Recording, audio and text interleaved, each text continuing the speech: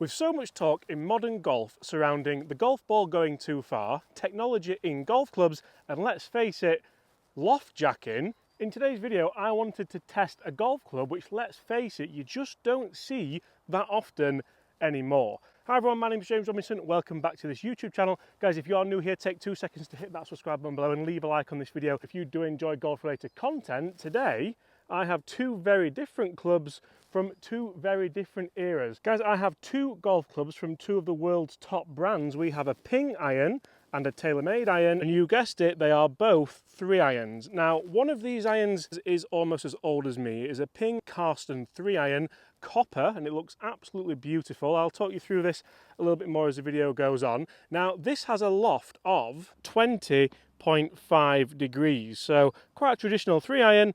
The other club that I have is a brand new 2023 modern day TaylorMade MC, as you can see, still in the wrapper.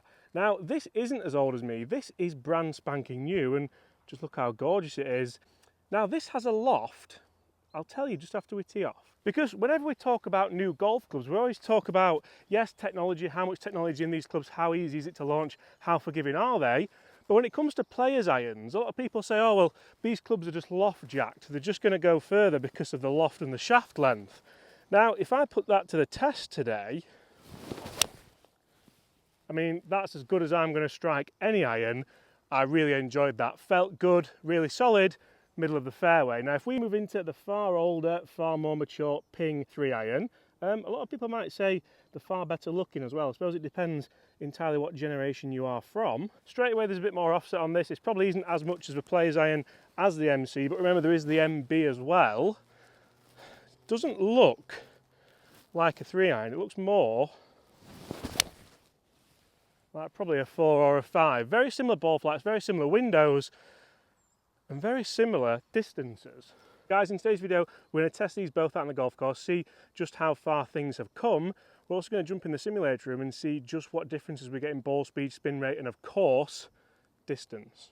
Now, I could have chose any 3 iron to test here, but actually I couldn't, because in the modern day sets, you don't see that many 3 irons. Most brands do stop at 4 iron now, some brands even stop at 5 iron, and that might well be because the lofts are jacked a little bit, they are a little bit stronger. They go too far, obviously. We've now had the introduction of gap wedges and second gap wedges and A wedges and U wedges and all the different wedges, whereas it's funny, if you look at the loft charts for these Pings and TaylorMades, the Pings start at a 1 iron, the TaylorMades obviously start at the 3 iron because that is the longest one that they do. I find that interesting. So I can tell you all on the edge of the seat wondering exactly what the loft is for the brand new TaylorMade P7 MC 3 iron. Now, I've probably given it away showing you that title actually, but 20 degrees. So there's half a degree difference here, and the shaft length is very similar as well. Should these clubs perform differently? Should the modern day 3 iron go further? Or realistically, are clubs just where they are all that time ago if the lofts are the same? Guys, get in the comments below and let me know what you think. And I've purposely chosen 2 clubs here that aren't kind of jam-packed full of speed foam, full of through-slot speed pockets and all the rest. And if we look at the differences in this first shot, we have the TaylorMade just here, bangs back into the fairway, and the Ping, the old school one, about 5 yards past it, a tiny bit left. Now, the reason it's a tiny bit left is I personally think a little bit more offset on there. If I show you the 2 kind of blade lengths and the 2 lots of offset on here now, you will see that.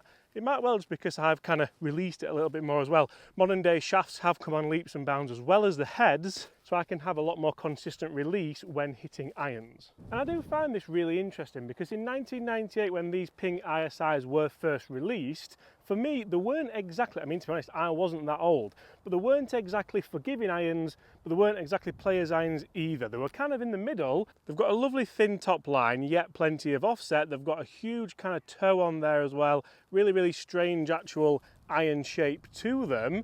And then quite a thin sole with, again, more protruding weight there. So a very, very strange looking club, but did the job. You can see exactly where the sweet spot is there as well, can't you?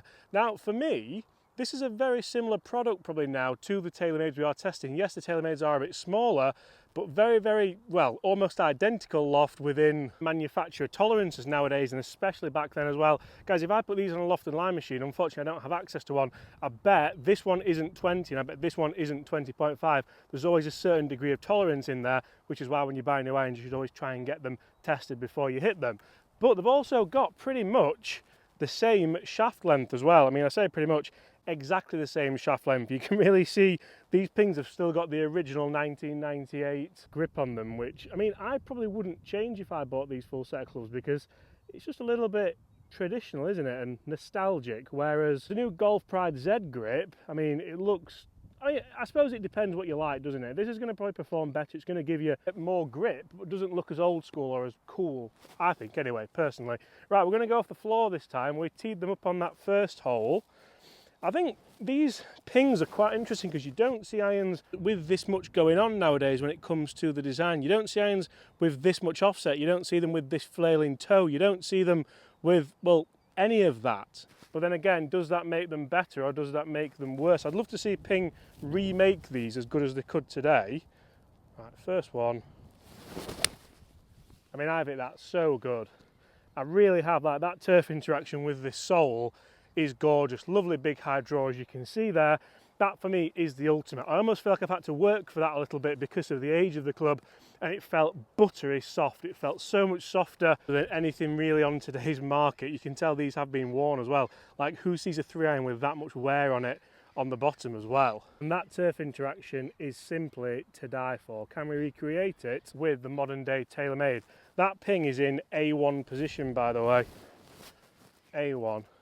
Do love this to look down at though. Very different proposition, but same technology. Very, very different proposition, but pretty much same specs. Oh, look at that come out though. That's come out so much lower. Identical turf interaction, and that's not even a contest. That's gone so much further. I think that's more down to the shaft personally. You look at these two ball flights on screen now, same specs. Oh, look at that come out though. That's come out so much lower. Identical turf interaction. And I just think there's a huge difference between the torque, between the stiffness, between everything on this KBS stiff Tor shaft and the Karsten Ping one from, again, 20 years ago. But I want to get one thing straight. If I could hit 3-irons with that turf interaction all day, I would be absolutely over the moon. So what about versatility? Because versatility is a huge factor of what a lot of players who are still using 3-irons want. Is this the test that realistically matters the most? Are you going to care too much about forgiveness if you're using a 3-iron? I mean, you probably will do, but you probably shouldn't do, because if you're using a 3-iron, you probably should be hitting the middle of the face more often than not. If you are using a 3-iron and you don't do that, go and check out your local shop that sells hybrids, 7 woods and everything else. There's nothing wrong with that. It'd just be a smart thing to do. So two totally different outcomes there when it comes to performance. You see the ball on the left is the Ping, the 20-year-old one, and the one on the right is the new TaylorMade. So the Ping one off the first tee, I'm not trying to hit these as far as I physically can, but I'm just trying to make nice golf swings. And obviously the Ping one on the first one, the TaylorMade one on this second one. I do think that is more down to the shaft. I think it's down to probably where the kick point's located, the technology that goes into modern day shafts that can help just get a more penetrating ball flight. Like, again, I'm going to show you those two ball flights on screen now. And that probably is where, if you're spending the money on modern day clubs, you'll see that consistency level rise a little bit. And if you do start to look at modern day clubs against second-hand older clubs, yes, the specs might be the same, the idea might be the same around the forgiveness and the cavity back and all the rest, but check out the shafts, check out everything around it that will help you get your best golf possible. And yes, I'm filming a load of videos today, so smash that subscribe button if you don't want to miss them. Okay, so as I mentioned earlier, versatility is a huge part of people's game who want to play these clubs. Guys, I'm now going to try and play a nice high one into this par 4. We're about 200 yards out into a little bit of wind. Then we're going to try and trap some low ones in there, see just which club does what best. I have a feeling the Ping will be easier to launch. I have a feeling the TaylorMade will be easier to play low. Remember, I think the Ping is probably designed for an older golf ball as well, a golf ball that maybe spun more, I don't know. I'm just getting that out there with the recent developments of what they're trying to do regarding the ball. So I'll go nice and high first. We're into the wind off left, so I'm going to try and play a high, probably a high fade, although the flag's tight left anyway. That stayed bang straight. Is it up there? Now that's just left, it's just teetering on the edge of the bunker. Felt like a really, really good strike, to be honest. I really enjoyed it. It didn't move in the air at all, so yeah, quite good really. I'll try and play the low one now. We'll stick with the clubs that we have. Again, no real turf interaction there. Can I trap this down? This feels like if I try and do that with the offset on it, it might go left.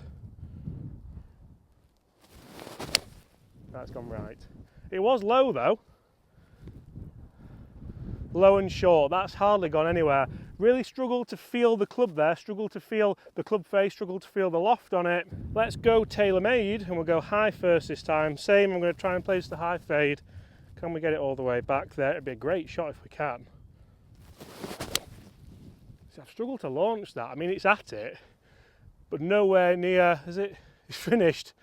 Oh, you won't believe when it's finished. I'm going to show you in a second. It's finished exactly next to the ping, but a totally different ball flight, as you can probably see. So the low one should be easier here. I should be able to, if I can get a good lie, should be able to play the low one in no problem. Feels heavier as well, this one, after more thought. Look at that. That is a great strike. That's a lovely ball flight. That's the ball flight I would want for a shot like this. Guys, look at where these balls have finished, especially those two. Very, very close together, and the other two just ever so slightly short right. Guys, let's jump in the studio. Let's see exactly what the differences are in spin rate, in ball speed and distance. I'm really looking forward to seeing this. Very similar lofts, very similar lengths, just 20 years apart. Let's take a look. Okay guys, so I went inside to test these 3 irons, and I must admit it's a test that I really enjoyed. It's not very often nowadays, especially you get to spend so much time hitting long irons, especially 3 irons. It actually went really, really well. You can see that I've put a couple of good golf swings on here. You can see the dispersions look rather good. We started off with the TaylorMade, as you can see, that's the blue line, and I sort of got into a little bit of a rhythm with both of these clubs. I was hitting them really straight, I was squaring the club face up. Makes me wonder, why aren't I using a 3 iron in the bag? But then sometimes it doesn't always go to plan, does it? I think most people are best off using a hybrid or a 7-wood or something along those lines, maybe a more forgiving 3 iron than the ones that we're testing. But yeah, really, really enjoyable test. One thing I noticed was it was a little bit easier to maybe launch the ping. You can see the ping now being the red line. Felt like it was going a little bit higher, maybe spinning a little bit more. And the numbers kind of do speak for themselves when we get to them in a second. You can see again, all around that centre line with nice shots over 200 yards. We actually got more ball speed with the old ping 3 iron. I think that's down to the shaft maybe whipping a little bit more. I'm making a funny gesture with my hands there. It did launch a tiny bit higher. We did have quite a lot more spin, probably 20% more spin, 15% more spin if you're being scientific. Very, very similar side angles. I think the old 3 iron was a little bit straighter as well. Didn't carry quite as far though, so 207, 209. So as you can see, not a huge difference here with them being very similar lofts, very similar lengths, even though they are 20 years apart. Guys, thank you so much for watching. Smash that subscribe button. Let me know if you want to see more tests like this, comparing old and new clubs. Apart from that, I'll see you all exactly the same time tomorrow. Thank you all for your continued support.